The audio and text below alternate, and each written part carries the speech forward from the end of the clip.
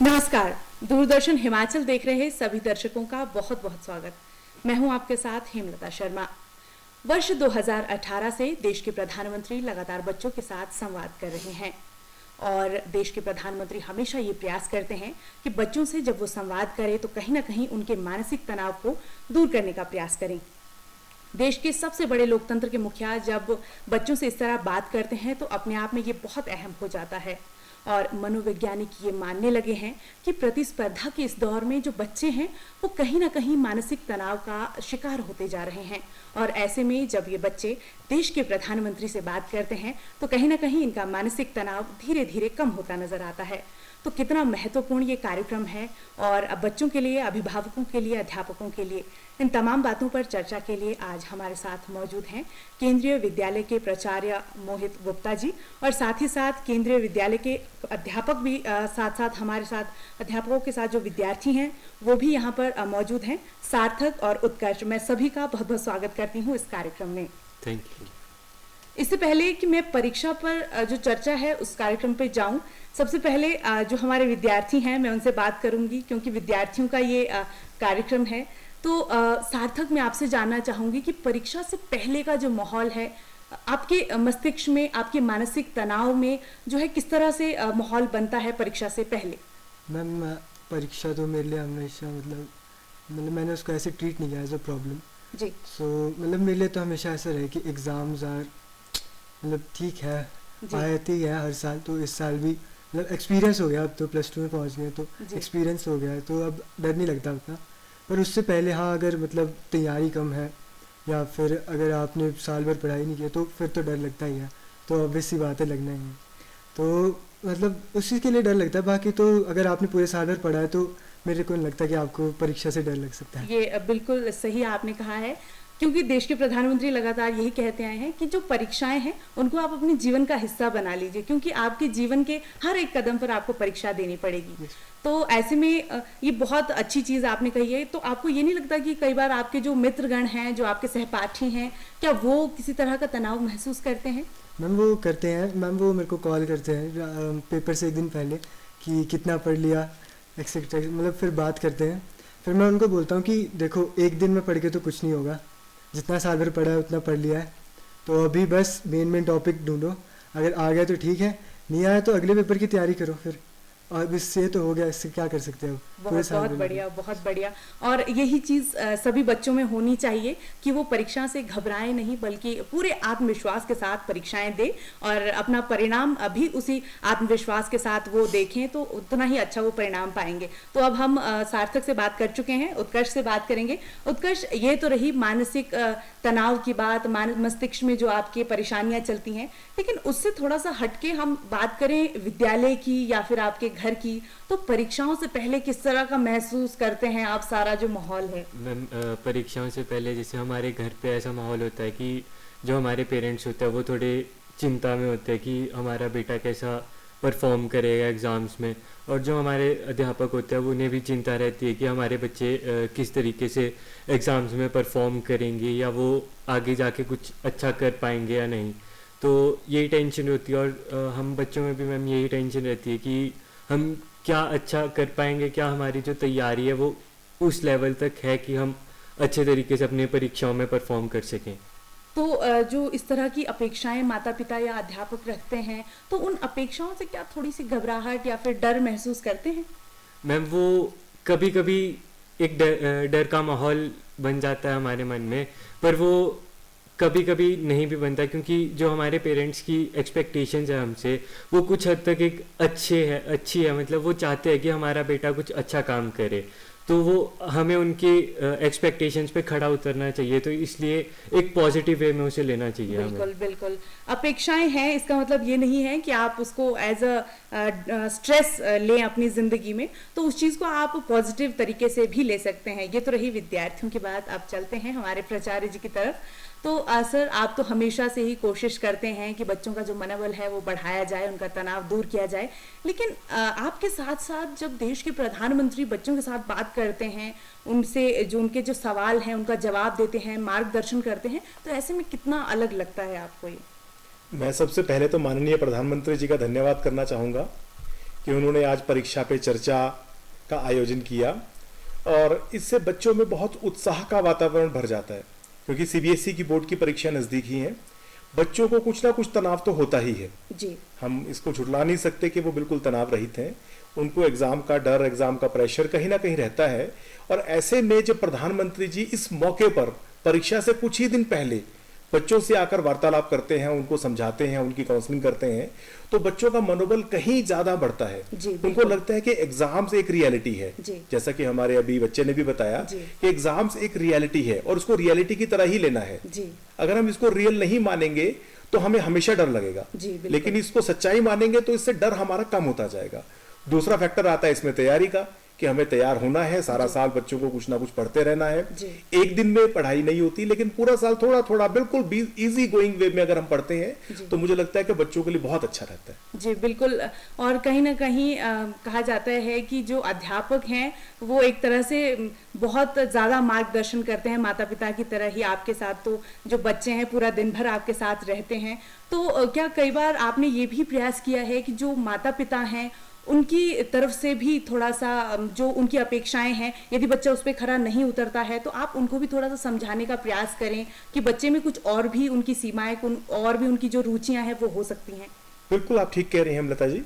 हमारे केंद्रीय विद्यालय में पेरेंट टीचर मीटिंग एक बहुत कॉमन फीचर है। बिल्कुल। और उसमें हम लोग पेरेंट्स के साथ बात करते हैं और उन्हें समझाते हैं कि किस तरह से बच्चों को बिना डांट के और बिना किसी गलत एक्टिविटी के हम पॉजिटिव वे में बच्चों को समझा सकते हैं। क्योंकि बच्चे अगर समझेंगे तब वो दिल से हमारा साथ देंगे। हम उनके ऊपर जबरदस्ती कोई चीज नहीं थोप सकते। ये पेरेंट्स को भी समझाते हैं और पेरेंट्स इस बात को मानते भी हैं। और अब मुझे लगता है सोसाइटी में काफी बदलाव भी आ गया कि अब पेरेंट्स और बच्चे दोनों एक मित्र की तरह व्यवहार कर सकते हैं। छोटे बच्चे के लिए अलग स्ट्रेटजी रहती है, लेकिन जो 11th-12th के बच्चे हैं, 9th के बच्चे हैं, जब वो बड़े हो गए उनके लिए पेरेंट्स को भी ये समझना पड़ता है और हम बार बार इस चीज को पीटीएम्स में समझाते हैं पेरेंट्स। जी बिल्कुल। और देश के प्रधानमंत्री नरेंद्र मोदी ने भी आज इस चर्चा में यही आह्वान सभी माता पिता से किया है कि वो केवल जो नंबर है उसके पीछे ना भागें, बच्चों की और भी रुचि हो सकती है, और भी उनकी सीमाएं हो सकती है, उसको समझने का प्रयास करें, उनका जो रुझान है उसको समझने का प्रयास करें। तो इसके बाद हम अपने विद्यार्थियों से एक बार फिर से बात करेंगे और ये मेरा जो सवाल है आप दोनों से साझा सवाल रहने वाला है, एक एक करके मैं आप दोनों से जवाब चाहूंगी। तो आपने कार्यक्रम देखा? Yes, तो मैं आपसे पूछना चाहूंगी कि जो कार्यक्रम में सवाल आए थे तो उन सवालों में से कौन से ऐसे सवाल थे जो आपकी तरफ से भी थे, जो आप भी पूछना चाहते थे और उनके जवाब आपको आज मिले हो? पहले उत्कर्ष। मैम, एक तो सबसे बड़ा क्वेश्चन यही था कि एग्ज़ाम टाइम में हम अपना स्ट्रेस कैसे कम करें। जो हमें प्रेशर होता है सिलेबस कंप्लीट करने का या कोई भी जो स्ट्रेस रहता है उसके साथ हम कैसे कोप अप कर सकते हैं और उसको कैसे कम कर सकते हैं, तो उसका जवाब आज श्री प्रधानमंत्री जी ने बहुत अच्छी तरीके से दिया था। जी, तो क्या लगता है कि कितना कारगर साबित होगा उस मानसिक तनाव को दूर करने में? मैम, अब उनकी बातें सुनने के बाद लगता है कि हम कर सकेंगे वो काम जो उन्होंने कहा है। हम अच्छे से अपने स्ट्रेस को काम कर सकेंगे हम, और जो हमारे परीक्षाएं हैं हम उन पे अच्छे से ध्यान लगाकर पढ़ाई कर पाएंगे। बिल्कुल बिल्कुल, आप ऐसे ही कॉन्फिडेंट बने रहिए। और अब हम सार्थक से जानना चाहेंगे, वो खुद भी बिल्कुल कॉन्फिडेंट हैं और अपने दोस्तों को भी बहुत मनोबल देते हैं। तो आप बताइए कि कौन सा ऐसा जवाब था जो प्रधानमंत्री से सबसे अच्छा मेरा वो सवाल था वो मुझे लगा बैकलॉग वाला, कि बैकलॉग के साथ हम मोटिवेटेड कैसे रह सकते हैं। मैम, उसमें उन्होंने बताया कि आपको कहीं बाहर जाने की जरूरत नहीं, अपने अंदर में मोटिवेशन होती है। खुद ही अपने अंदर मोटिवेशन, आप खुद के अंदर देखो कि आपको क्या चीज़ मोटिवेट करती है, क्या चीज़ डीमोटिवेट करती है। जैसे कि कोई गाना हो गया या स्पीच होगी किसी की, तो वो आपको बहुत ज़्यादा मोटिवेट करती है, तो आप उसको सुनिए बारी बारी। या फिर जब भी आपको ऐसे आप डिप्रेस फील करते हैं तो उस चीज़ को सुनिए, वो आपको बहुत ज़्यादा हेल्प करेगी अंदर से ऐसे मोटिवेटेड रहने के लिए। और उन्होंने एक बड़ा अच्छा सवाल पूछा था एक बच्चे ने कि अगर मतलब जो बच्चे हैं वो असलियत में एग्ज़ाम से ही डरते हैं कि मतलब वो पेरेंट्स से डरते हैं। जी जी। तो उसमें भी उन्होंने पेरेंट्स और टीचर्स को साझा किया कि मतलब इतना एक्सपेक्टेशंस नहीं रखनी चाहिए आपको, लेकिन हाँ थोड़ी बहुत तो होती है माता पिता को, वो आम बात है। अगर आपने बच्चे को इतने सालों से पाला है तो वो तो ऑब्वियस सी बात है कि इतनी एक्सपेक्टेशंस तो होंगी। बिल्कुल। तो उन्होंने बताया कैसे कि हम कैसे एक्सपेक्टेशंस को कम कर सकते हैं और उसके बाद भी अपने उन पे कैसे खरा उतर सकते हैं। और ज़िंदगी इतने तक ही सीमित नहीं है, इसके आगे भी लाइफ है, बिल्कुल, कोई ना बिल्कुल। कोई किसी ना किसी चीज़ में अच्छा होता है, बिल्कुल ये उन्होंने बताया। बिल्कुल।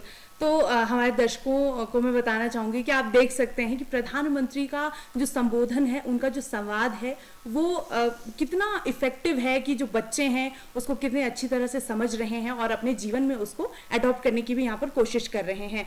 तो अब बात करते हैं कोरोना संक्रमण काल की। तो कोरोना संक्रमण काल में बहुत सारी मुश्किलें आई।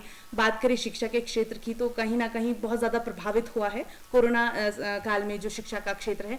ऐसे में सर मैं आपसे पूछना चाहूँगी कि जो ऑनलाइन परीक्षाएं और ऑनलाइन क्लासेस थी, ये सारी चीज़ें करवाना कितना मुश्किल था एक विद्यालय के लिए, एक अध्यापक के लिए और साथ ही साथ बच्चों के लिए भी। जब मार्च में कोरोना की वजह से देश में लॉकडाउन लगा जी उस टाइम पर इनिशियल फेज में तो सभी को मुश्किल लगा, जी टीचर्स को भी मुश्किल लगा जी और बाकी सबको भी मुश्किल लगा। बच्चों के लिए भी एक नया एक्सपीरियंस था और जी। नए एक्सपीरियंस में उनके लिए ढलना और उस फील्ड में चलना बहुत कठिन शुरुआत में था। जी लेकिन जैसे जैसे वक्त बीतता गया, 10 दिन 15 दिन, जी। तो केंद्रीय विद्यालय संगठन ने पूरी तैयारी के साथ हम लोगों ने जी सूट पर हम लोगों ने काम किया जी और ऑनलाइन एजुकेशन में बहुत अच्छे ढंग से हमने उसको जी। मैनेज किया जी और बच्चों को भी बहुत जल्दी उसकी प्रैक्टिस हो गई और मुझे लगता है कि बहुत अच्छी एजुकेशन ऑनलाइन में भी चली, क्योंकि जी। विकल्प एक ऑनलाइन एजुकेशन ही था। जी अगर लॉकडाउन है तो ऑनलाइन, क्योंकि बच्चे कम से कम पढ़े, जी उनका ज्ञान रुका नहीं, जी, वो जी। चलते रहे, बिल्कुल बिल्कुल उनका इंटरेस्ट बना रहा। जी। तो ये भी एक बहुत बड़ी अचीवमेंट रही और केंद्रीय विद्यालयों में बहुत अच्छे ढंग से इस काम को किया गया। जी बिल्कुल। और कहीं ना कहीं जो कोरोना संक्रमण काल था वो हमें बहुत सारी चीजें सिखा गया है, सिखा कर गया। हमें तकनीक के साथ जोड़ कर गया है और अब बहुत सारे ऐसे काम हैं जो हम ऑनलाइन तरीके से भी कर सकते हैं। और हालांकि पहले ऐसा होता था कि हम उन चीज़ों को थोड़ा सा अवॉइड करने की कोशिश करते थे। तो ऐसे में आज जब संवाद हम भी सुन रहे थे तो ऐसे में प्रधानमंत्री जी ने एक बात कही कि जो विद्यार्थी हैं जब वो फ़ोन देखते हैं तो क्या वो पढ़ाई करते हैं या फिर वो केवल रील्स ही देखते हैं। तो ये एक बहुत बड़ी बात है कि वो सारे बच्चों का ध्यान रखते हैं, वो चाहे वो बच्चे हों चाहे युवा हों, उनको हर एक चीज़ का जो है ख्याल रखते हैं इस चीज़ को लेकर के। तो इसी बीच उन्होंने ध्यान केंद्रित करने को लेकर के भी बात की। तो आपको सार्थक, आपसे जानना चाहूँगी कि क्या लगता है ऑनलाइन जब आपकी क्लासेस चल रही थी तो कहीं ना कहीं आपका ध्यान भटकता था? यस मैम, वो तो ऑब्वियस सी बात है, अब मोबाइल फ़ोन हाथ में है तो डिस्ट्रैक्शंस तो मतलब अनलिमिटेड है उस फ़ोन में। कभी गेम, कभी इंस्टाग्राम, व्हाट्सएप, स्नैपचैट चल ही रहता था, मतलब नोटिफिकेशन आई तो बस फिर। लेकिन फिर बाद में मतलब पता लगा कि मतलब ऐसी ऐप्स भी आती हैं जो आपकी डिस्ट्रैक्शन कम कर सकती हैं। अच्छा फिक्स टाइम के लिए चला सकते हो आप किसी ऐप को। तो फिर धीरे, बाकी तो घर वाले भी बोलते थे कि फ़ोन में लगा हुआ है, क्या कर रहा है। वो साथ में होते ना घर में लॉकडाउन में, तो फिर वो पूछते थे कि क्या कर रहा है, पढ़ाई कर रहा है। तो फिर देखते रहते थे बीच में, तो उसकी जैसे मतलब थोड़ा मतलब क्लासेस के बाद तो फिर उसके बाद तो अलग बात है, लेकिन क्लासेस के बीच में भी कभी कभी कोई इंस्टाग्राम खोल दिया, किसी का मैसेज आ रहा है, तूने ये पढ़ा है, मैम ये पूछ रहे हैं, तो मैम ऐसे चलते रहता है। बिल्कुल बिल्कुल। पर सर ने बताया, प्रधानमंत्री सर ने, कि कैसे हम वो ऑनलाइन ऐप्स का इस्तेमाल कर सकते हैं जी, वो लिमिटेड टाइम के लिए यूज़ करें किसी चीज़ को, या फिर उसको हम एज मतलब जो ऑनलाइन है, ऑनलाइन टीचिंग है, उसको हम एज अ गाइडेंस लें, एज अ माध्यम लें। तो हम उसको लें और ऑफलाइन में उसमें परफॉर्म करके दिखाएं। उन्होंने डोसे के एग्जांपल से बताया ये सब कि हम ऑनलाइन देखते हैं विधि उसकी और ऑफलाइन उसे बनाते हैं। हम सफल तभी हैं जब ऑफलाइन बना सकते हैं उसको बिल्कुल पूरा। बिल्कुल बिल्कुल। तो देश के प्रधानमंत्री नरेंद्र मोदी ने आज ये भी बात कही है कि समस्या जो है वो कहीं से भी माध्यम समस्या नहीं है, जो मन है वो समस्या है। जब आपका मन एकाग्र नहीं होगा तो वो कहीं ना कहीं समस्या जरूर करेगा। तो यही बात मैं उत्कर्ष से भी पूछना चाहूंगी कि मन बहुत चंचल होता है और इसको एकाग्र करने के लिए क्या कुछ करते हैं आप? मैम ये तो ऑब्वियस ही बात है, हम ऐसी उम्र में है कि सभी का मन बहकता रहता है और कभी एक तरफ कभी दूसरी तरफ वो भागता रहता है।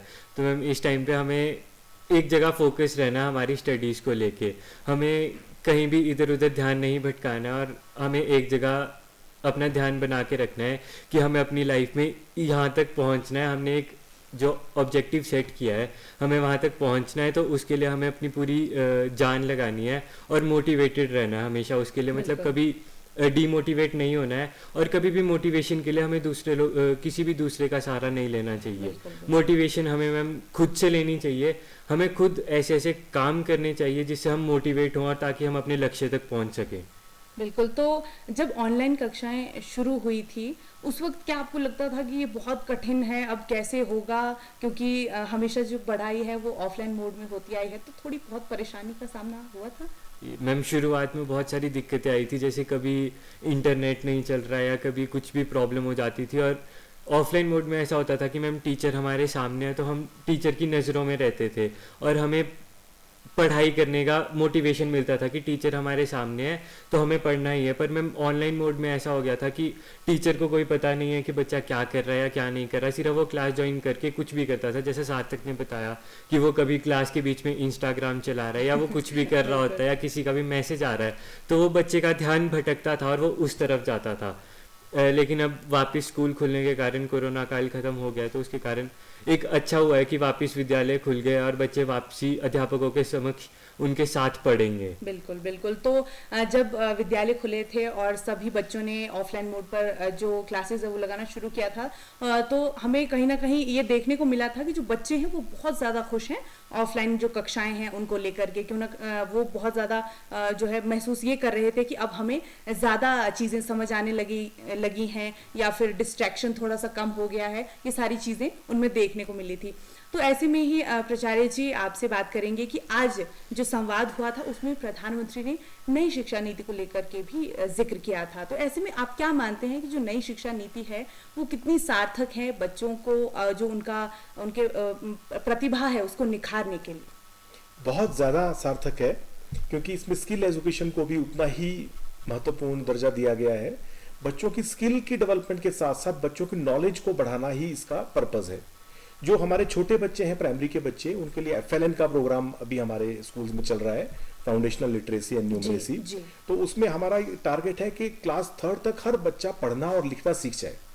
हम एक टारगेट लेकर चल रहे हैं कि उसमें क्लास 3rd तक हमारा ये टारगेट रहेगा। उसके बाद लर्निंग आउटकम्स पर बेस्ड एजुकेशन है कि बच्चा कि लर्निंग के बाद क्या सीखा, उसके आउटकम्स क्या निकले, तो उसकी इवेल्युएशन हमारे टीचर साथ साथ करते हैं और उसी तरह से फिर हम इसको आगे चलाते हैं। और 12th तक पहुंचते पहुंचते बच्चे काफी हद तक एक्सपर्ट, अपने हर फील्ड में एक्सपर्ट हो, उनकी स्किल डेवलप हो और उनकी पढ़ाई साथ साथ चलती रहे। तो हर चीज का को करिकुलर एक्टिविटीज है या बाकी एक्टिविटीज है, सबका समान रूप से साथ लेकर चलना इसका एक वो है। जी। कहीं ना कहीं ये माना जाता है कि जो थ्योरेटिकल चीजें हैं उससे हट के थोड़ा सा प्रैक्टिकल चीजें ज्यादा की जाए तो वो बच्चे ज्यादा रुचि के साथ क्या मानते हैं? बिल्कुल सही कह रहे हैं आप, क्योंकि प्रैक्टिकल के बिना कोई भी थ्योरी सक्सेसफुल नहीं है। जब दोनों का कॉम्बिनेशन है तभी कोई भी चीज सक्सेसफुल हो सकती है। जैसा प्रधानमंत्री जी ने कहा कि ऑनलाइन और ऑफलाइन दोनों का कॉम्बिनेशन ही सही एजुकेशन की डायरेक्शन में लेकर जाएगा। बिल्कुल सही कह रहे हैं आप। और प्रधानमंत्री ने भी आज इसी विषय को लेकर के जो है बच्चों के साथ बातचीत की है।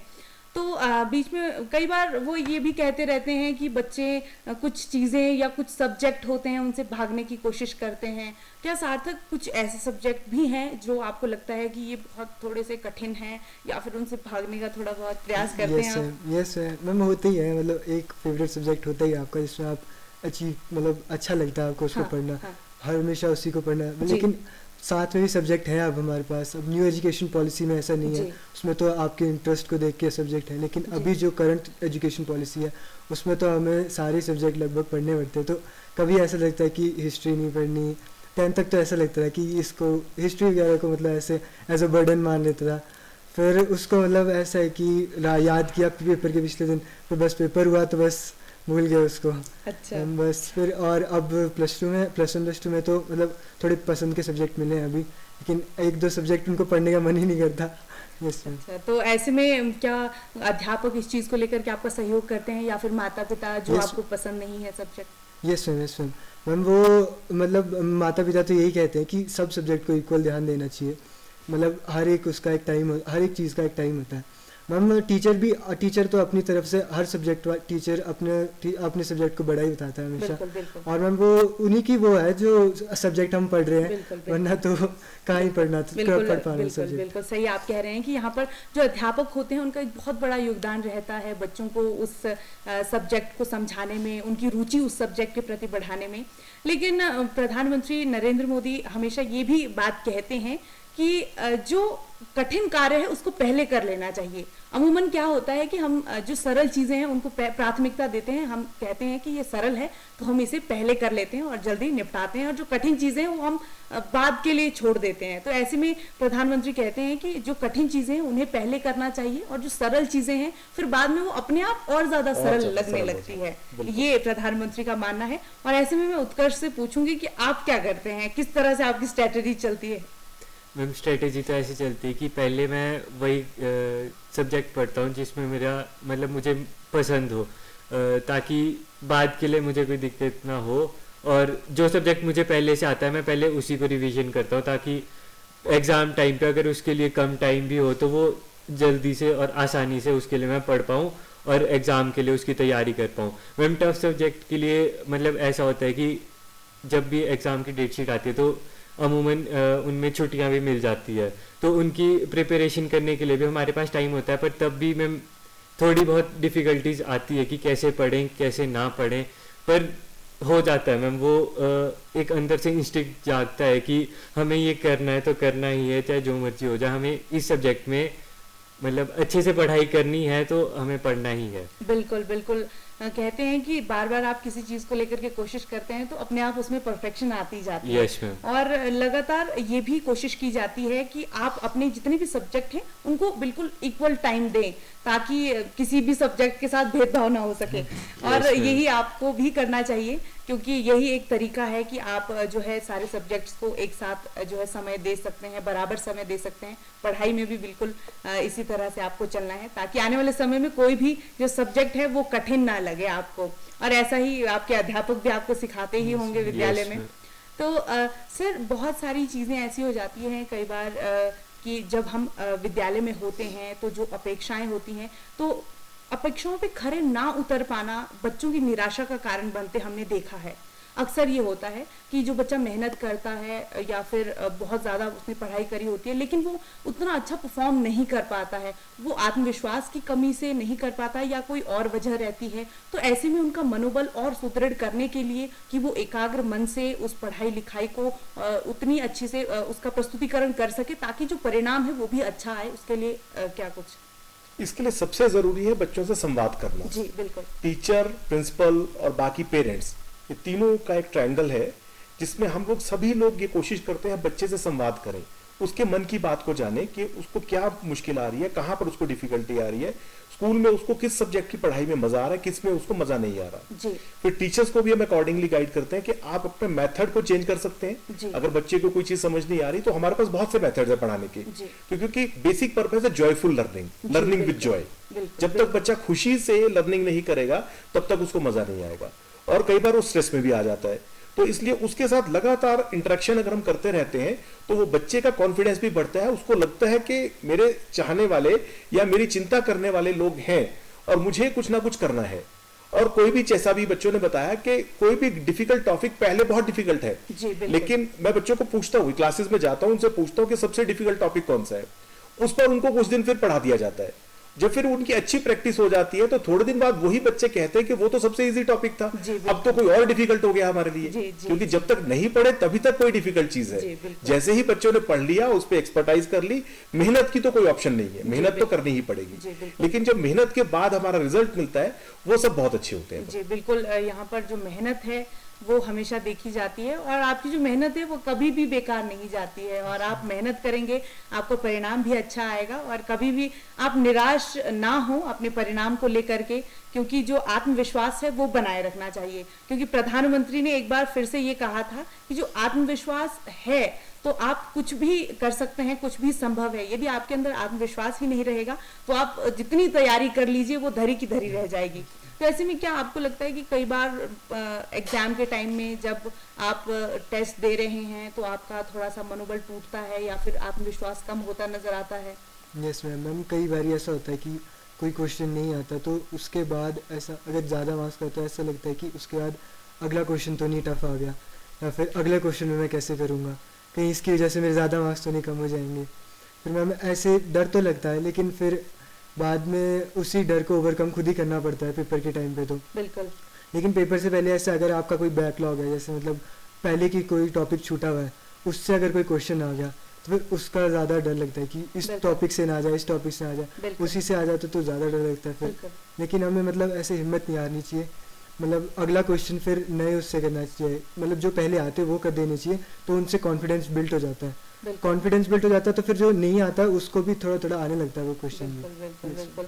और बिल्कुल सही आपने कहा कि कॉन्फिडेंस बिल्ड करना एक बहुत बड़ी चीज़ होती है, और अब जब आपके पास कॉन्फिडेंस आ गया तो आपको जो याद नहीं भी आ रहा होता वो भी याद आने लगता है। कि उत्कर्ष, आप क्या मानते हैं? मैं सहमत हूँ सार्थक इस बात से कि पहले हमें अंडर कॉन्फिडेंट नहीं होना चाहिए, और जो क्वेश्चंस हमें पहले आते हैं हमें पहले उन्हें अटेम्प्ट करना चाहिए, ताकि हम लास्ट टाइम पे उन्हें भी ना छोड़ दें, क्योंकि जो उनमें नंबर आ रहे होंगे अगर हम उन क्वेश्चंस में लगे रहेंगे जो हमें नहीं आते तो उनके नंबर भी हमारे छूट जाएंगे। इसलिए हमें सबसे पहले वही क्वेश्चंस करने चाहिए जो हमें आते हैं, और घूम फिर के कभी कहीं ना कहीं उन टॉपिक से ही रिलेटेड वो क्वेश्चंस होते हैं जो हमें नहीं आ रहे होते। तो जब हम वो क्वेश्चंस कर लेते हैं तो कुछ हम उन क्वेश्चंस का भी हमें याद आ जाता है, जो क्वेश्चंस हमें ऐसा लगता है कि हम कभी कर ही नहीं पाएंगे, और उससे थोड़ा कॉन्फिडेंस आता है कि हाँ हम इस क्वेश्चन को कैसे ना कैसे टैकल कर लेंगे। बिल्कुल बिल्कुल बिल्कुल सही आपने कहा है। और आपकी जो परीक्षाएं हैं वो बहुत जल्दी आने वाली हैं, तो मैं आप दोनों को ही बहुत बहुत शुभकामनाएं देती हूँ आपकी परीक्षाओं को लेकर के। और सर, हमारे कार्यक्रम की थोड़ी सी सीमाएं हैं, हम अपने अंत की तरफ बढ़ रहे हैं, तो अंत में मैं चाहूंगी कि हमारे जितने भी विद्यार्थी हैं जो इस कार्यक्रम को देखेंगे या देख रहे हैं, उन्हें आप एक छोटा सा संदेश दें उनके मानसिक तनाव को दूर करने के लिए, परीक्षाओं में अच्छा प्रस्तुतिकरण करने के लिए। बच्चों को मैं यहाँ पे यही कहना चाहूँगा, थोड़ा सा एक एग्जाम्पल भी देना चाहूँगा कि जब हम एग्जाम में जाते हैं तो हमारे ऊपर एक पूरी किताब का, जिसके बहुत सारे पन्ने हैं, उनका प्रेशर होता है। जब एग्जाम रूम में बैठते हैं तब भी बहुत डर लगता है, लेकिन जब क्वेश्चन पेपर सामने आता है तो उसमें से ऐसे बहुत से क्वेश्चन एलिमिनेट हो जाते हैं जिनका हमें डर था, और सिर्फ 20 या 30 क्वेश्चन पेपर पे रह जाते हैं। उसके बाद हम उनको पढ़ते हैं और उसके बाद हम किसी एक क्वेश्चन पे कंसंट्रेट करते हैं। प्रधानमंत्री जी ने भी यही बताया कि फिर वो सारी बातें जो कभी उस प्रश्न के बारे में सुनी थी, कहीं देखी थी, वो सब याद आती हैं। वो मेमोरी का एक सिस्टम है, और वहां जाकर हम अच्छा परफॉर्म कर जाते हैं। एक एक करके जब पूरी किताब के बारे में सोचेंगे तो हमारी जो मनुष्य इतनी सीमा नहीं है कि हम सब कुछ एकदम साइमल्टेनियसली याद रख सकें, लेकिन जब हम एक एक करके क्वेश्चन करते हैं क्वेश्चन पेपर एग्जाम रूम में बैठकर, तो बहुत सी बातें याद आ जाती हैं, तो स्ट्रेस अपने आप दूर हो जाता है। इसलिए कभी भी एग्जाम से डरना नहीं है, अपना सेल्फ कॉन्फिडेंस बच्चों को लेकर चलना है, और उसके बाद जब वो काम करेंगे तो एग्जाम रूम में जाकर ऑटोमेटिकली उनके परफॉर्मेंस बहुत अच्छी हो। जी, बहुत बहुत शुक्रिया सर इस चर्चा पर शामिल होने के लिए, और आप दोनों का भी, सार्थक और उत्कर्ष, में बहुत बहुत शुक्रिया करती हूँ इस चर्चा में शामिल होने के लिए। तो ये थे विद्यार्थी और प्राचार्य केंद्रीय विद्यालय के। तो अब परीक्षा पे चर्चा अपने आप में एक बेहद महत्वपूर्ण कार्यक्रम है बच्चों के लिए, उनके मनोबल को बढ़ाने के लिए। देश के प्रधानमंत्री के बचपन के साथ उनका चाय बेचने का किस्सा जुड़ा हुआ है, और उन्होंने अपने कैंपेन की शुरुआत भी चाय पे चर्चा से की थी, और जो तब्दील हुई परीक्षा पे चर्चा में। और ऐसे में हम ये उम्मीद करते हैं कि जो प्रधानमंत्री लगातार जो संवाद बच्चों के साथ करते हैं, वो कहीं ना कहीं बच्चों का मनोबल बढ़ाने में और उनका जो मानसिक तनाव है उसको दूर करने में कारगर साबित होगी। और साथ ही साथ दूरदर्शन हिमाचल की तरफ से हम सभी जो विद्यार्थी हैं उनको उनकी परीक्षाओं के लिए भी हार्दिक शुभकामनाएं देना चाहेंगे जो अब परीक्षाओं में बैठेंगे। तो फिलहाल के लिए इतना ही, आपसे फिर होगी मुलाकात नए विषय के साथ, तब तक के लिए नमस्कार।